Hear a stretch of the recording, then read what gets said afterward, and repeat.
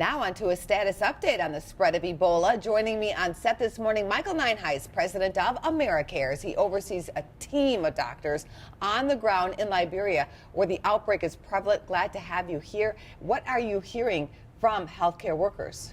Well, we're hearing a couple of things. Number one, this epidemic is not done.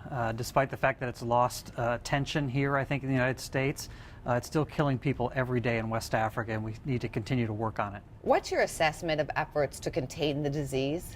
I think they've been good. The disease started earlier in the year. The first indication that AmeriCares had of it was when we had one of our partner hospitals raise their hand in April and tell us they had some cases and could we do anything to help them. So we've been working on it since then.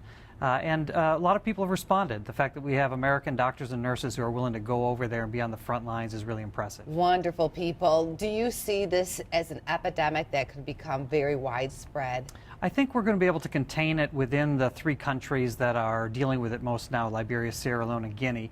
There have been a little bit of a spread into some neighboring countries, but they've been able to stop it there. Certainly we've been able to do that here, but it is a big deal still in those three countries in West Africa, and we have to keep the pressure on. Are you encouraged by what you're hearing from drug companies who are trying to stop the disease? Yeah, and of course we have great partnerships with companies that are already doing that.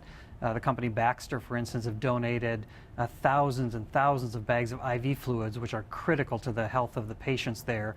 Another company, Cardinal Health, has donated so many materials to protect health workers there, gowns and masks and gloves and boots and all of that. So we've had a great corporate response. Do you think we'll have a cure anytime I don't know soon? if we'll have a cure, but it is actually easy to stop if you have a functioning health system with health workers who know what they're doing. That was not the case in those three countries when it started. But we need to rebuild that infrastructure so that we can stop it the next time. That is very good to know. Thank you for coming here today. Thanks for having us and for the interest.